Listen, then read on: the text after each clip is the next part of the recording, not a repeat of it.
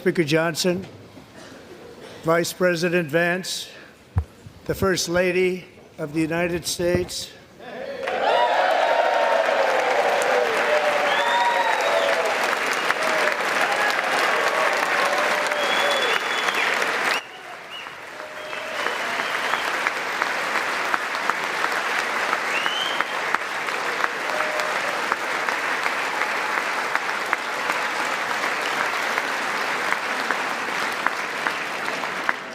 members of the United States Congress, thank you very much.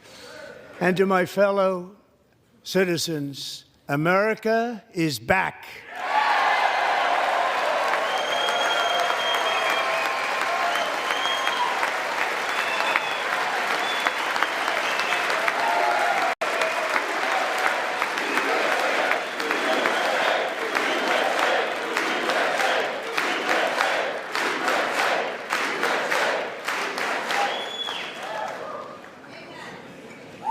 6 weeks ago, I stood beneath the dome of this Capitol and proclaimed the dawn of the golden age of America. From that moment on, it has been nothing but swift and unrelenting action to usher in the greatest and most successful era in the history of our country.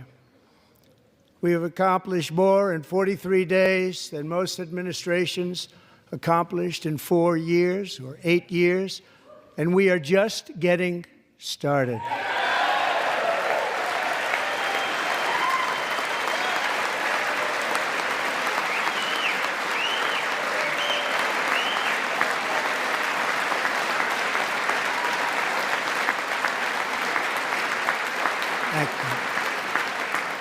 I return to this chamber tonight to report that America's momentum is back, our spirit is back, our pride is back, our confidence is back, and the American dream is surging bigger and better than ever before.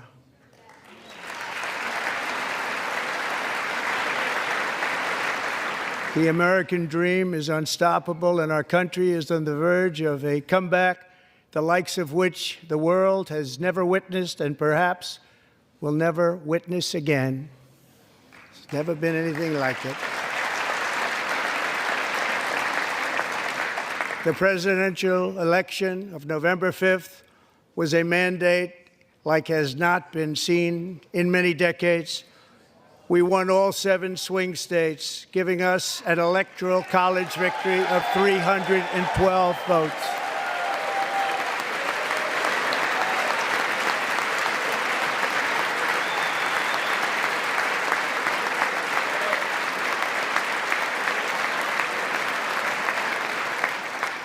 We won the popular vote by big numbers and won counties in our country.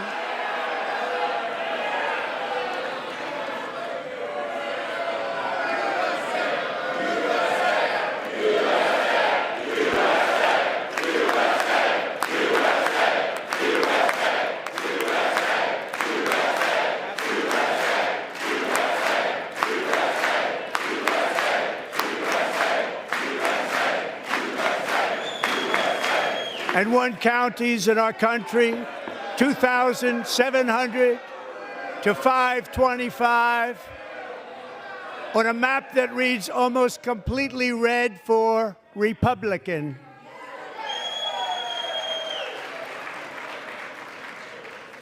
Now, for the first time in modern history, more Americans believe that our country is headed in the right direction than the wrong direction. In fact, it's an astonishing record, 27-point swing, the most ever.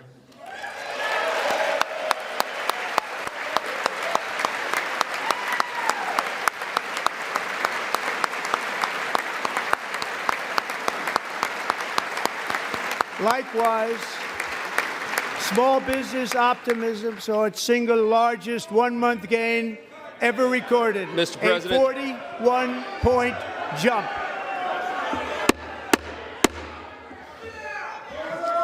Members are directed to uphold and maintain decorum in the House and to cease any further disruptions. That's your warning.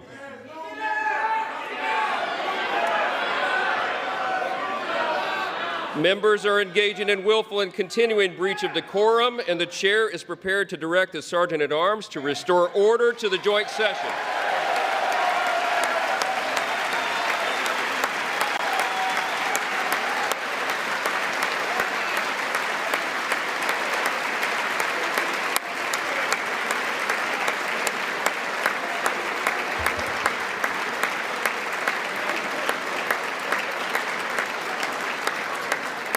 Mr. Green, take your seat. Take your seat, sir. Take your seat. Finding that members continue to engage in willful and concerted disruption of proper decorum, the chair now directs the Sergeant-at-Arms to restore order. Remove this gentleman from the chamber.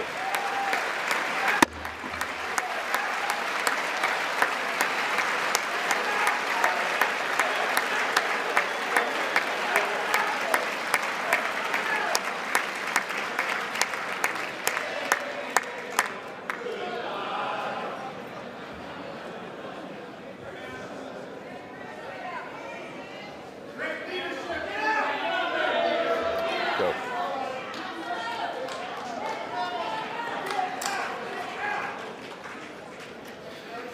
Members are directed to uphold and maintain decorum in the House. Mr. President, you continue. Thank you. Over the past 6 weeks, I have signed nearly 100 executive orders and taken more than 400 executive actions, a record to restore common sense, safety, optimism, and wealth all across our wonderful land. The people elected me to do the job, and I'm doing it.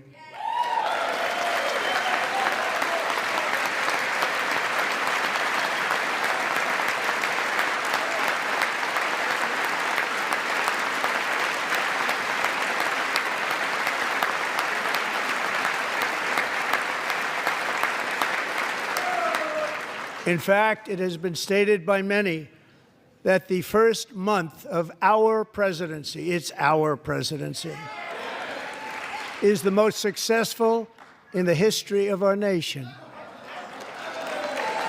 By many.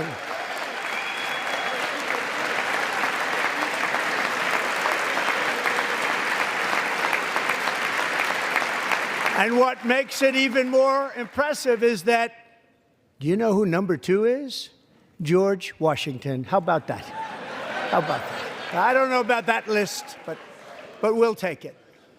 Within hours of taking the oath of office, I declared a national emergency on our southern border, and I deployed the U.S. military and Border Patrol to repel the invasion of our country. And what a job they've done. As a result, illegal border crossings last month were by far the lowest ever recorded, ever.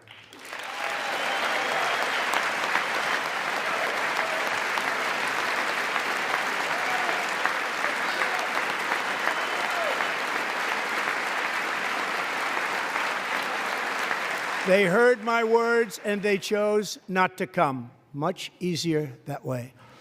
In comparison, under Joe Biden, the worst president in American history, there were hundreds of thousands of illegal crossings a month, and virtually all of them, including murderers, drug dealers, gang members, and people from mental institutions and insane asylums, were released into our country. Who would want to do that?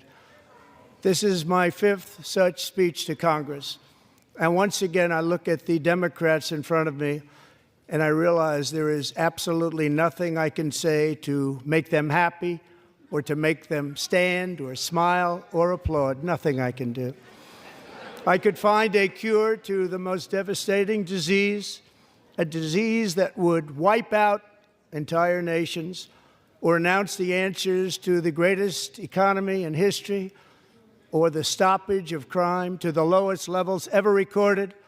And these people sitting right here will not clap, will not stand, and certainly will not cheer for these astronomical achievements. They won't do it, no matter what. Five times I've been up here. It's very sad, and it just shouldn't be this way.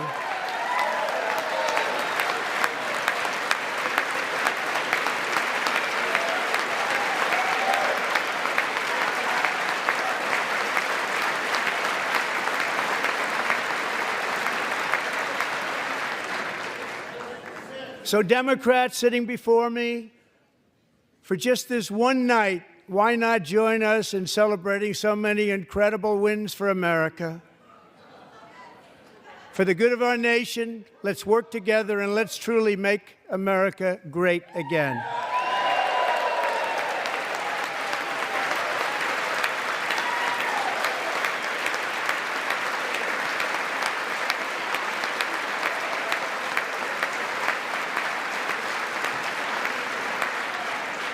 Every day, my administration is fighting to deliver the change America needs to bring a future that America deserves, and we're doing it. This is a time for big dreams and bold action. Upon taking office, I imposed an immediate freeze on all federal hiring, a freeze on all new federal regulations, and a freeze on all foreign aid.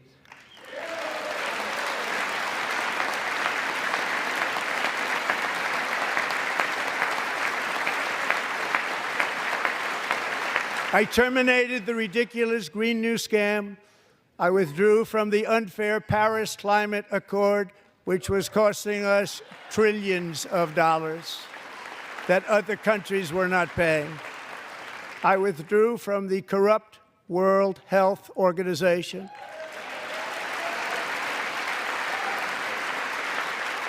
And I also withdrew from the anti-American UN Human Rights Council.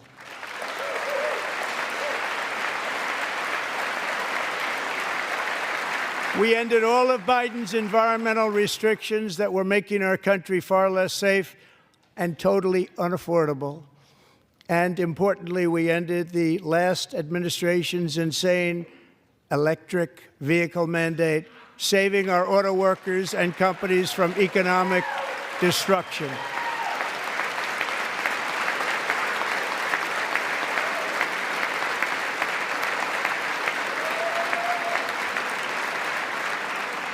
To unshackle our economy, I have directed that for every one new regulation, 10 old regulations must be eliminated, just like I did in my very successful first term.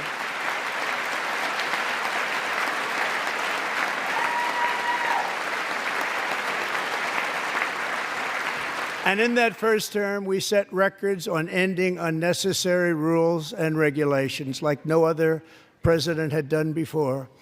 We ordered all federal workers to return to the office. They will either show up for work in person or be removed from their job.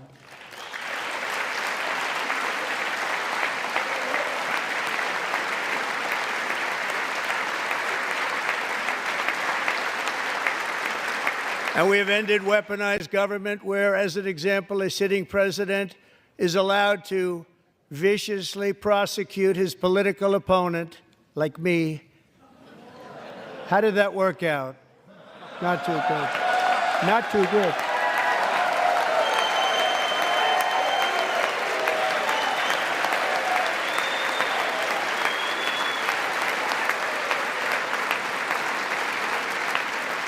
And I have stopped all government censorship and brought back free speech in America. It's back.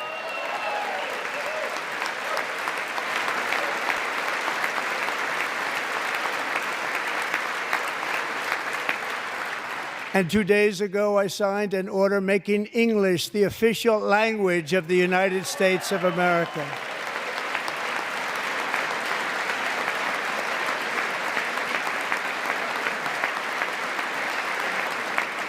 I renamed the Gulf of Mexico the Gulf of America.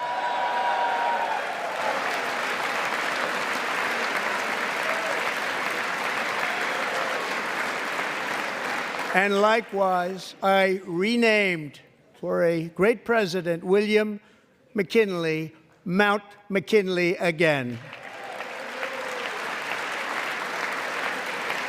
Beautiful Alaska. We love Alaska.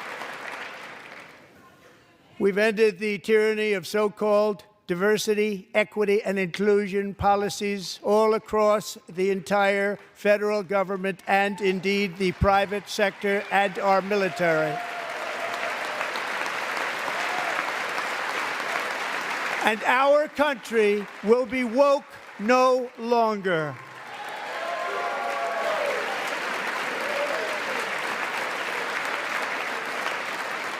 We believe that whether you are a doctor, an accountant, a lawyer, or an air traffic controller, you should be hired and promoted based on skill and competence, not race or gender. Very important.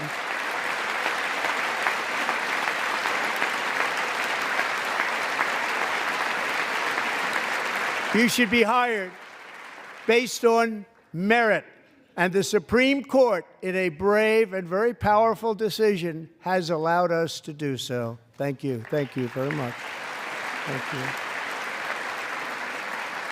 you. We have removed the poison of critical race theory from our public schools, and I signed an order making it the official policy of the United States government that there are only two genders, male and female.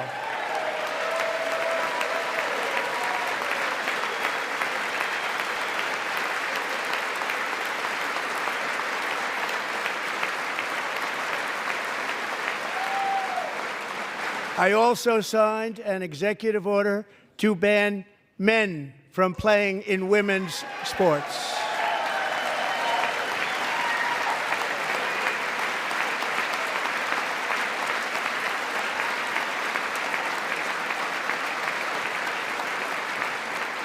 Three years ago, Peyton McNabb was an all-star high school athlete, one of the best, preparing for a future in college sports.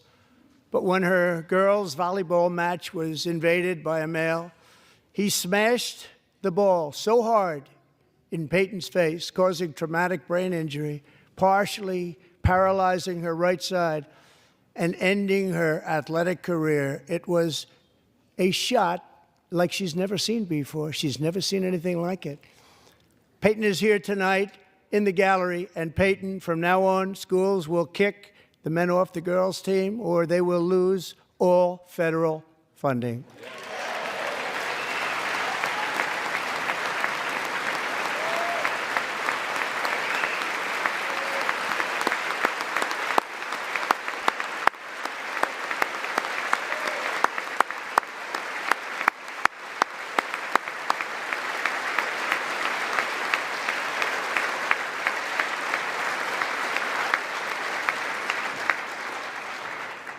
And if you really want to see numbers, just take a look at what happened in the women's boxing, weightlifting, track and field, swimming, or cycling, where a male recently finished a long-distance race 5 hours and 14 minutes ahead of a woman for a new record by 5 hours. Broke the record by 5 hours. It's demeaning for women, and it's very bad for our country. We're not going to put up with it any longer.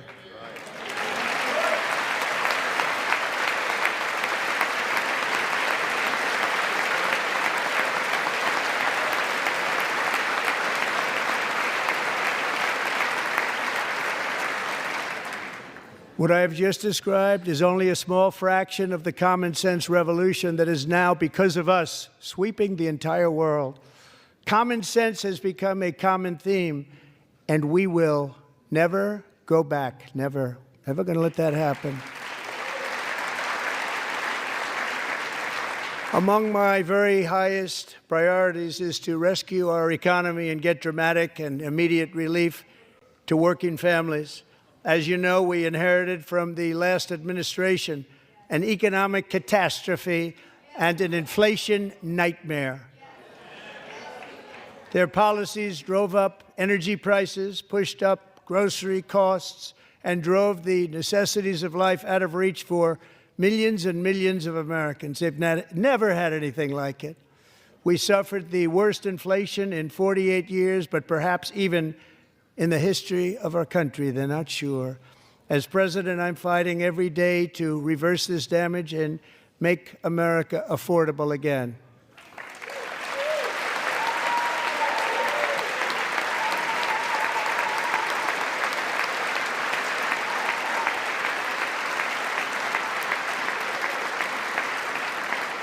Joe Biden especially let the price of eggs get out of control. The egg price is out of control, and we're working hard to get it back down. Secretary, do a good job on that. You inherited a total mess from the previous administration. Do a good job.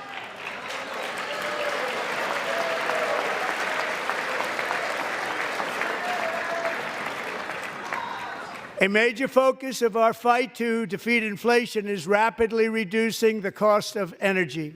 The previous administration cut the number of new oil and gas leases by 95%, slowed pipeline construction to a halt, and closed more than 100 power plants. We are opening up many of those power plants right now.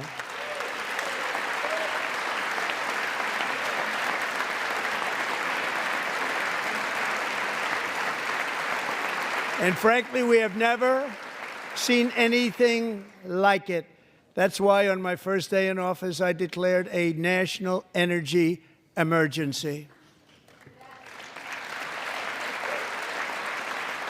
As you've heard me say many times, we have more liquid gold under our feet than any nation on earth, and by far. And now I fully authorize the most talented team ever assembled to go and get it. It's called Drill, Baby, Drill.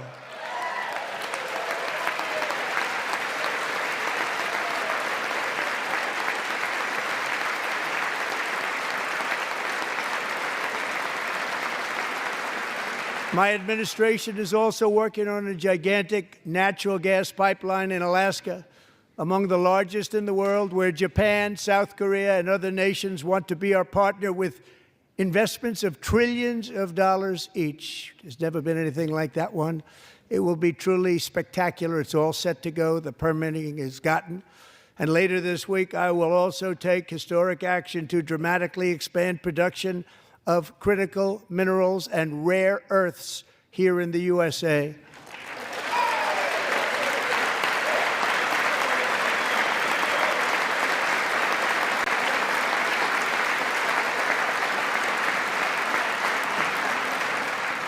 To further combat inflation, we will not only be reducing the cost of energy, but will be ending the flagrant waste of taxpayer dollars.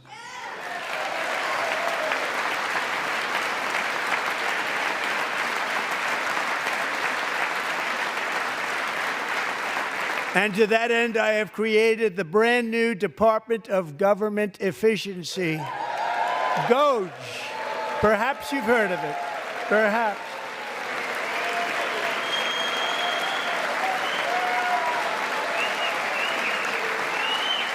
Which is headed by Elon Musk, who is in the gallery tonight.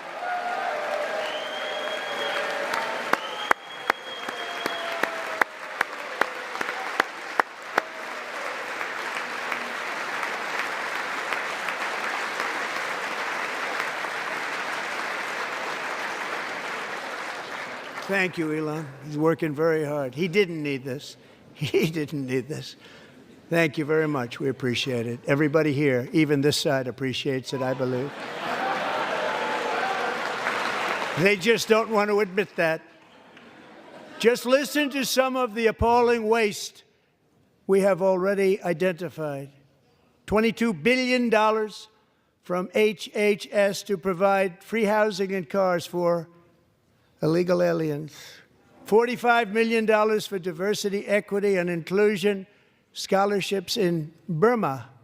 $40 million to improve the social and economic inclusion of sedentary migrants. Nobody knows what that is.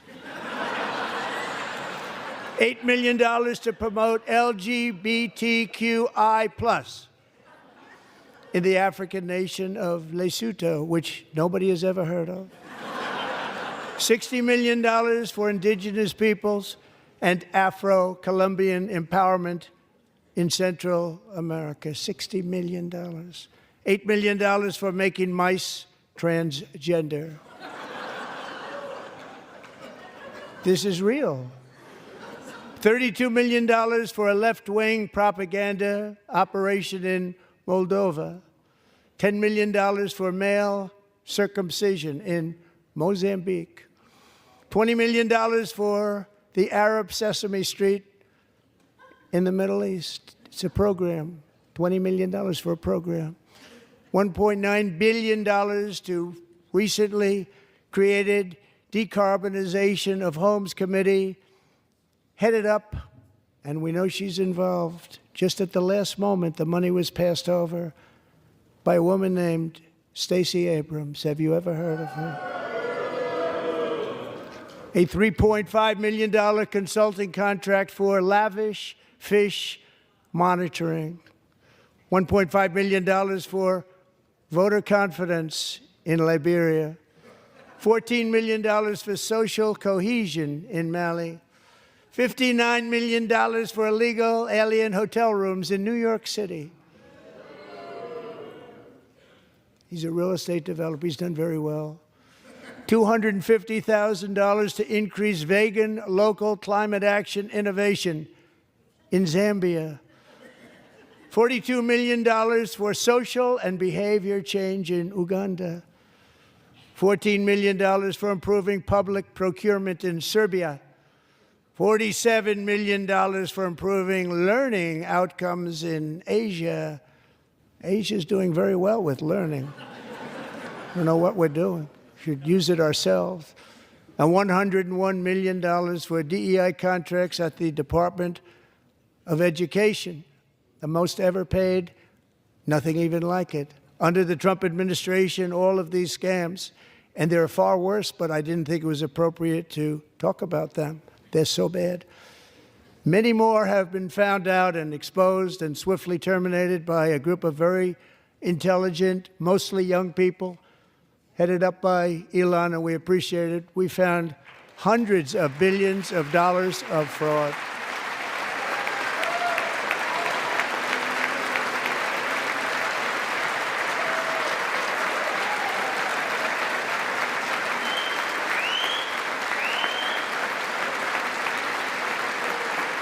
And we've taken back the money and reduced our debt to fight inflation and other things. Taken back a lot of that money. We got it just in time. This is just the beginning. The Government Accountability Office, a federal government office, has estimated annual fraud of over $500 billion in our nation, and we are working very hard to stop it. We're going to. We're also identifying shocking levels of incompetence and probable fraud in the Social Security program for our seniors, and that our seniors and people that we love rely on. Believe it or not, government databases list 4.7 million Social Security members from people aged 100 to 109 years old. It lists 3.6 million people from ages 110 to 119. I don't know any of them. I know some people that are rather elderly, but not quite that elderly. 3.47 million people from ages 120 to 129. 3.9 million people from ages 130 to 139. 3.5 million people from ages 140 to 149.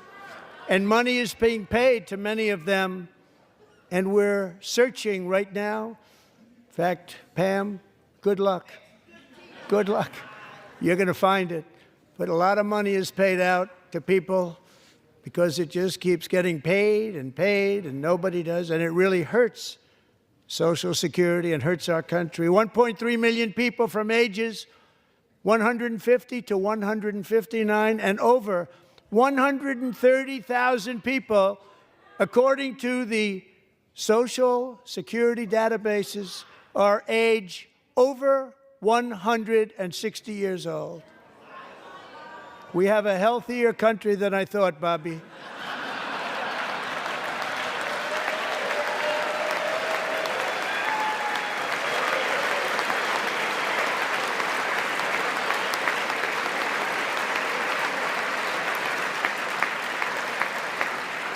Including, to finish, 1,039 people between the ages of 220 and 229 One person between the age of 240 and 249, and one person is listed at 360 years of age.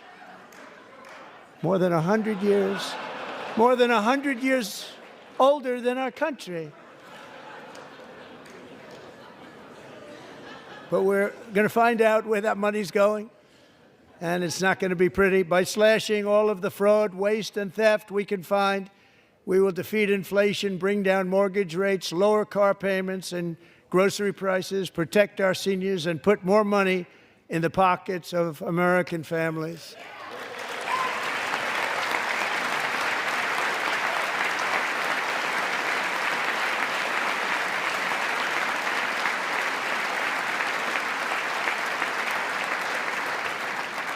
And today, interest rates took a beautiful drop, big, beautiful drop. It's about time. And in the near future, I want to do what has not been done in 24 years, balance the federal budget. We're going to balance it.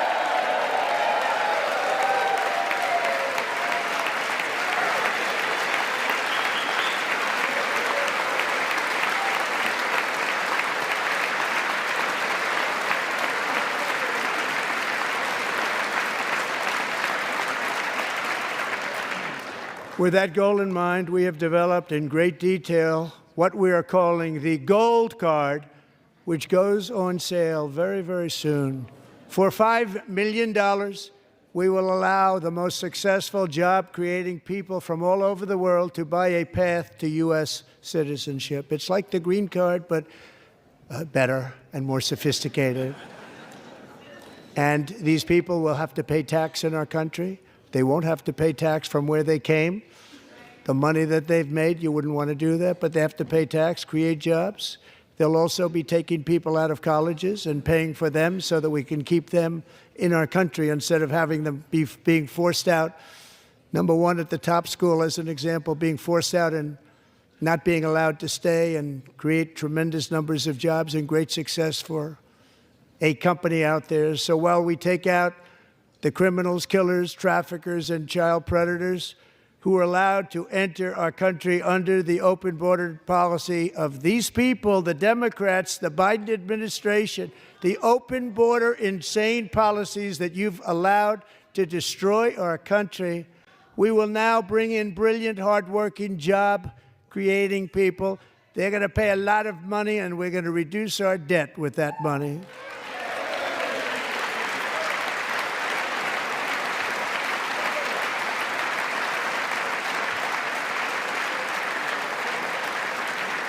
Americans have given us a mandate for bold and profound change. For nearly 100 years, the federal bureaucracy has grown until it has crushed our freedoms, ballooned our deficits, and held back America's potential in every possible way. The nation founded by pioneers and risk-takers now drowns under millions and millions of pages of regulations and debt. Approvals that should take 10 days to get instead take 10 years, 15 years, and even 20 years before you're rejected. Meanwhile, we have hundreds of thousands of federal workers who have not been showing up to work. My administration will reclaim power from this unaccountable bureaucracy, and we will restore true democracy to America again.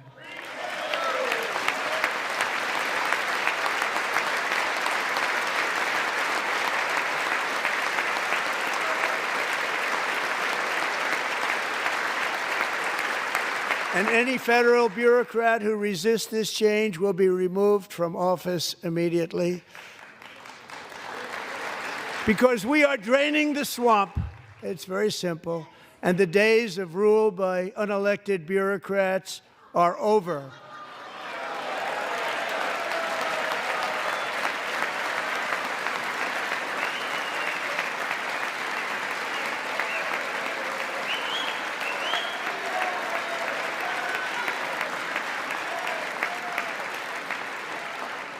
And the next phase of our plan to deliver the greatest economy in history is for this Congress to pass tax cuts for everybody. They're in there. They're waiting for you to vote.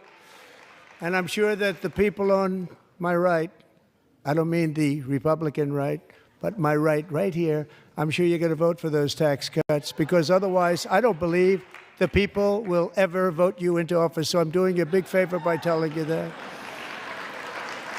But I know this group is going to be voting for the tax.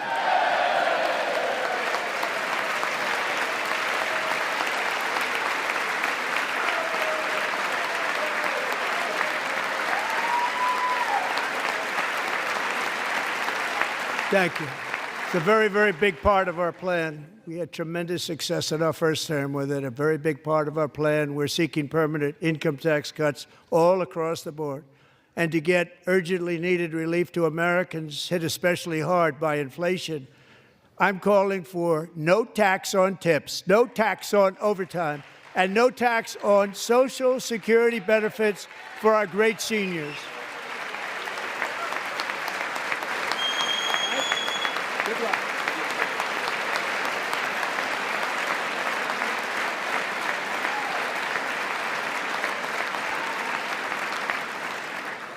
And I also want to make interest payments on car loans tax deductible, but only if the car is made in America.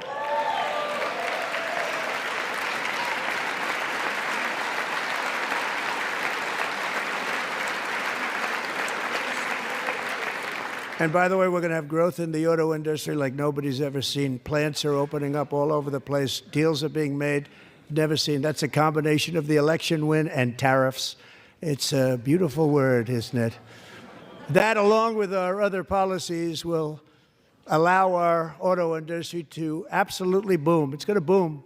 Spoke to the majors today, all three, the top people, and they're so excited. In fact, already numerous car companies have announced that they will be building massive automobile plants in America, with Honda just announcing a new plant in Indiana, one of the largest anywhere in the world.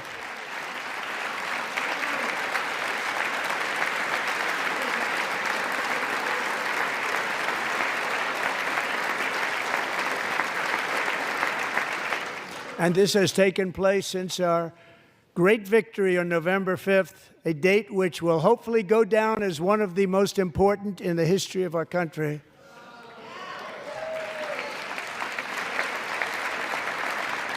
In addition, as part of our tax cuts, we want to cut taxes on domestic production and all manufacturing. And just as we did before, we will provide 100% expensing. It will be retroactive to January 20th, 2025. And it was one of the main reasons why our tax cuts were so successful in our first term, giving us the most successful economy in the history of our country, first term. We had a great first term.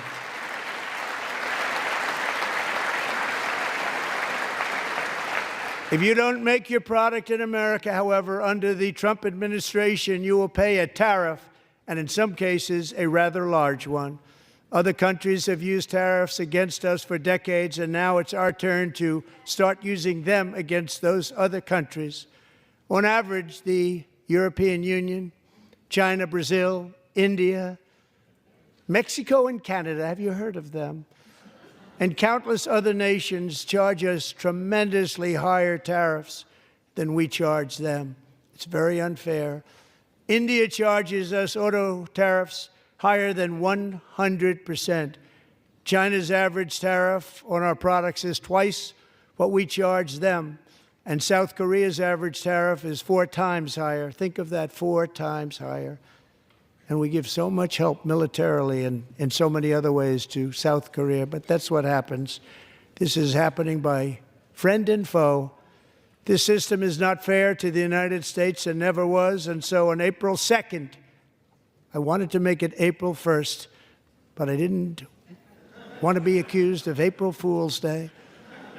That's not, just one day cost us a lot of money. But we're going to do it in April. I'm a very superstitious person. April 2nd, reciprocal tariffs kick in. And whatever they tariff us, other countries, we will tariff them. That's reciprocal, back and forth. Whatever they tax us, we will tax them. If they do non-monetary tariffs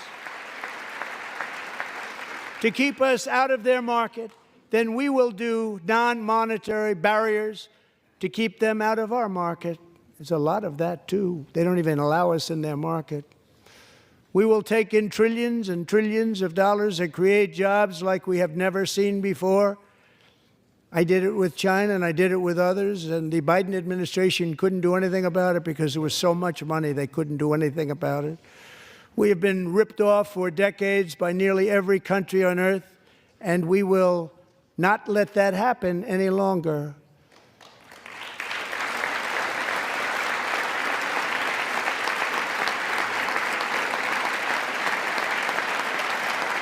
Much has been said over the last 3 months about Mexico and Canada, but we have very large deficits with both of them. But even more importantly, they've allowed fentanyl to come into our country at levels never seen before, killing hundreds of thousands of our citizens and many very young, beautiful people, destroying families.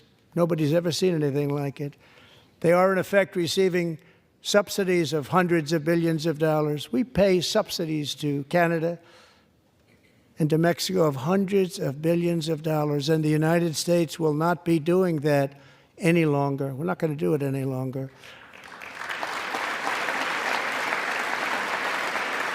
Thanks to our America First policies we're putting into place, we have had $1.7 trillion of new investment in America in just the past few weeks. The combination of the election and our economic policies that people of SoftBank, one of the most brilliant anywhere in the world, announced a $200 billion investment. OpenAI and Oracle, Larry Ellison, announced $500 billion investment, which they wouldn't have done if Kamala had won. Apple announced $500 billion investment. Tim Cook called me. He said, I cannot spend it fast enough. It's going to be much higher than that, I believe. They'll be building their plants here instead of in China. And just yesterday, Taiwan Semiconductor, the biggest in the world, most powerful in the world, has a tremendous amount, 97% of the market, announced a $165 billion investment to build the most powerful chips on earth right here in the USA.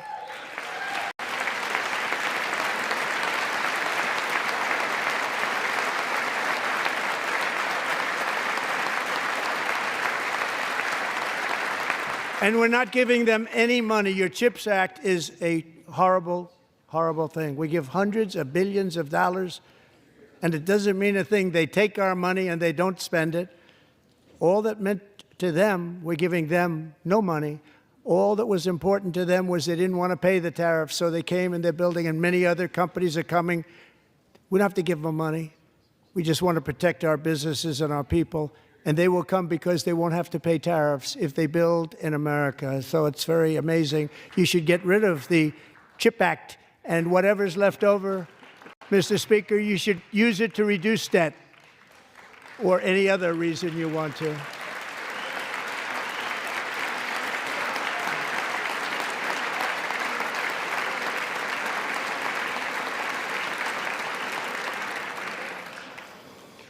Our new trade policy will also be great for the American farmer. I love the farmer, who will now be selling into our home market, the USA, because nobody is going to be able to compete with you. Because those goods that come in from other countries and companies, they're really in a bad position in so many different ways. They're uninspected. They may be very dirty and disgusting, and they come in and they pour in, and they hurt our American farmers. The tariffs will go on agricultural product coming into America, and our farmers, starting on April 2nd, it may be a little bit of an adjustment period. We had that before when I made the deal with China, $50 billion of purchases, and I said, just bear with me, and they did. They did. Probably have to bear with me again, and this will be even better. That was great. The problem with it was that Biden didn't enforce it. He didn't enforce it. $50 billion of purchases, and we were doing great, but Biden did not enforce it, and it hurt our farmers. But our farmers are going to have a field day right now. So to our farmers, have a lot of fun. I love you too. I love you too. It's all going to happen.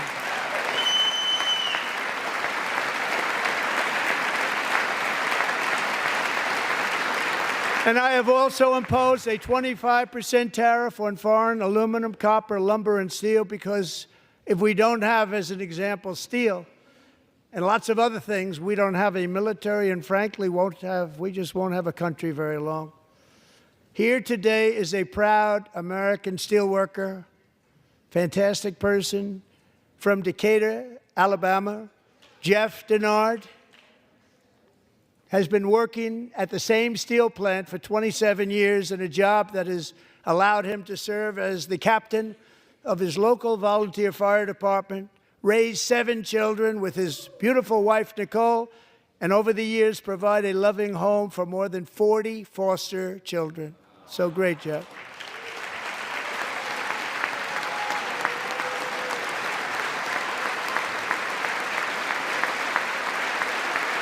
Thank you, Jeff.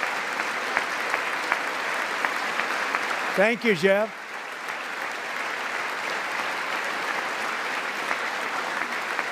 Stories like Jeff's remind us that tariffs are not just about protecting American jobs. They're about protecting the soul of our country. Tariffs are about making America rich again and making America great again, and it's happening, and it will happen rather quickly. There'll be a little disturbance, but we're okay with that. It won't be much. No, you're not. Oh. And look where Biden took us. Very low, the lowest we've ever been. Jeff, I want to thank you very much. And I also want to recognize another person who has devoted herself to foster care community. She works so hard on it. A very loving person, our magnificent First Lady of the United States.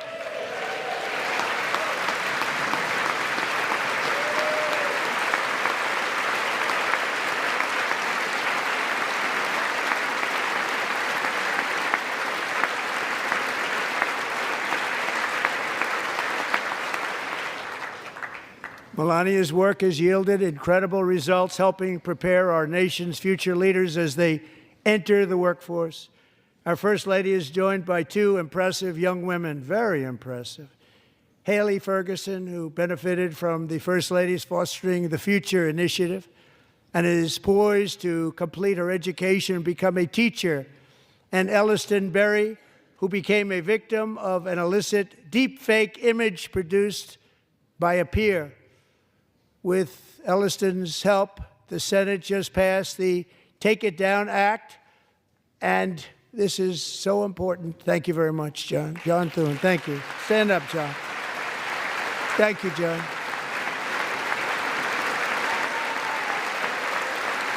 Thank you all very much.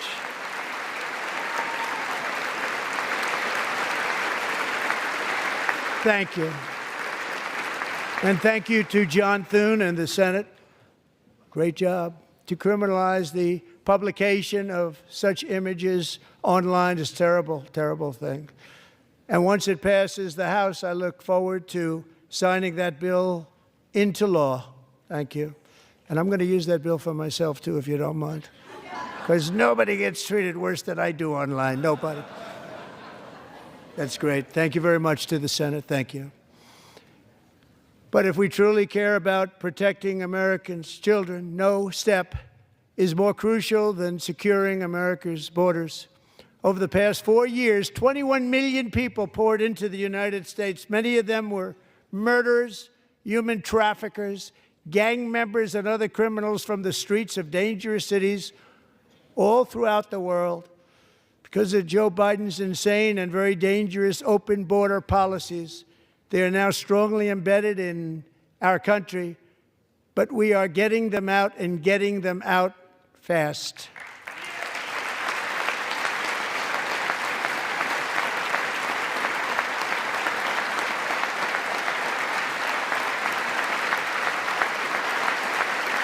And I want to thank Tom Homan and Christy. I want to thank you and Paul of Border Patrol.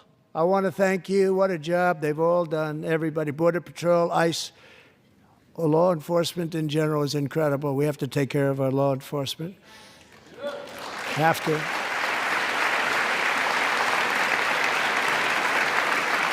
Last year,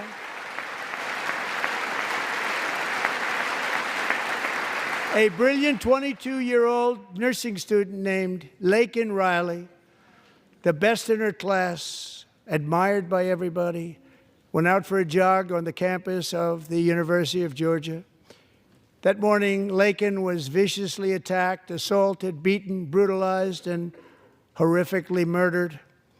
Laken was stolen from us by a savage illegal alien gang member who was arrested while trespassing across Biden's open southern border and then set loose into the United States under the heartless policies of that failed administration. It was indeed a failed administration. He had then been arrested and released in a Democrat-run sanctuary city, a disaster, before ending the life of this beautiful young angel. With us this evening are Laken's beloved mother, Allison, and her sister, Lauren.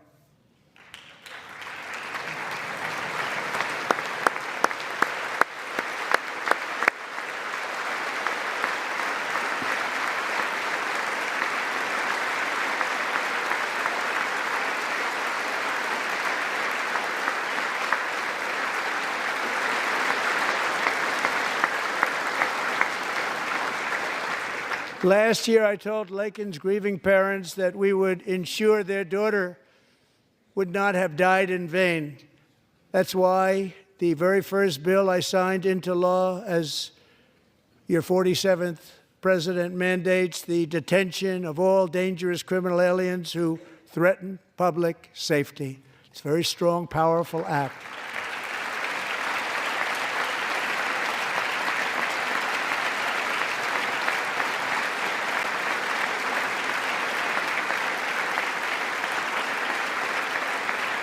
It's called the Laken Riley Act. So Allison and Lauren, America will never, ever forget our beautiful Laken Hope Riley.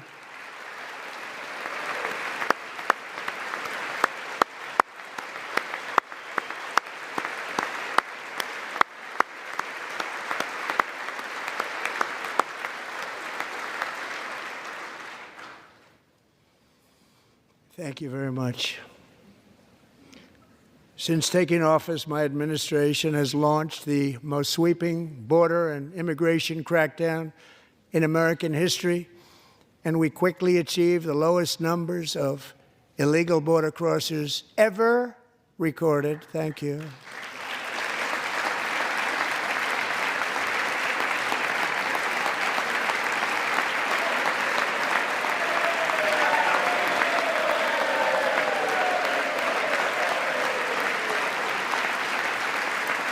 The media and our friends in the Democrat Party kept saying we needed new legislation, we must have legislation to secure the border.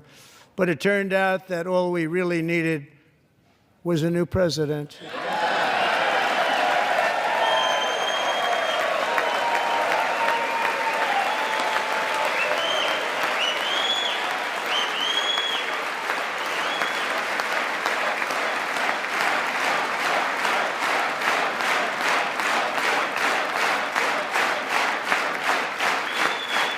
Thank you. Joe Biden didn't just open our borders, he flew illegal aliens over them to overwhelm our schools, hospitals, and communities throughout the country. Entire towns like Aurora, Colorado, and Springfield, Ohio, buckled under the weight of the migrant occupation and corruption like nobody's ever seen before. Beautiful towns destroyed. Now, just as I promised in my inaugural address, we are achieving the great liberation of America.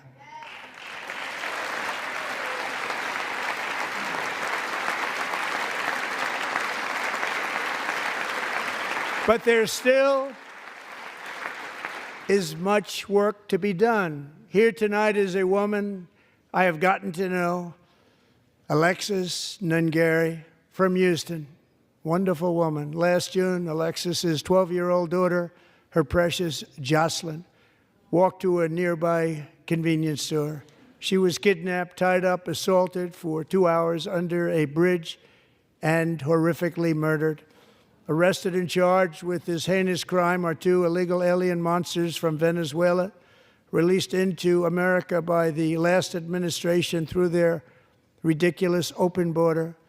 The death of this beautiful 12-year-old girl and the agony of her mother and family touched our entire nation greatly. Alexis, I promised that we would always remember your daughter, your magnificent daughter, and earlier tonight I signed an order keeping my word to you. One thing I have learned about Jocelyn is that she loved animals so much. She loved nature.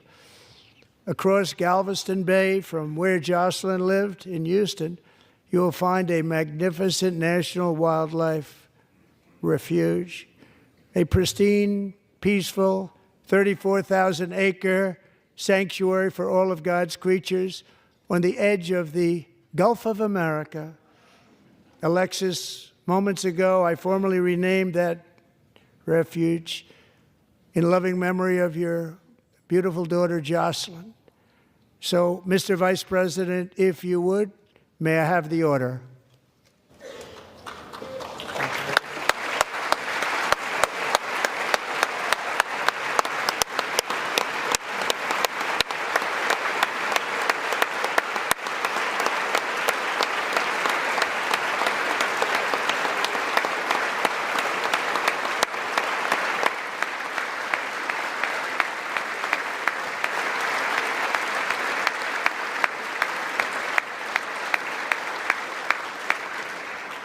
Thank you very much.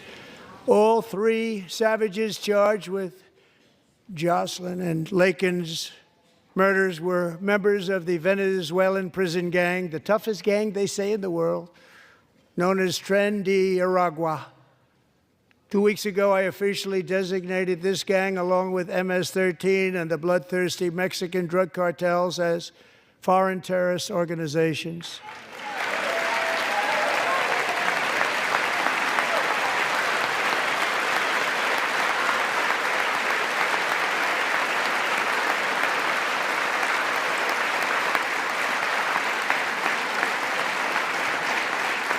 They are now officially in the same category as ISIS, and that's not good for them.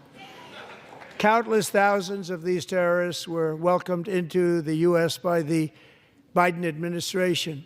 But now every last one will be rounded up and forcibly removed from our country, or, if they're too dangerous, put in jails, standing trial in this country, because we don't want them to come back ever. With us this evening is a warrior on the front lines of that battle, Border Patrol Agent Roberto Ortiz, great guy.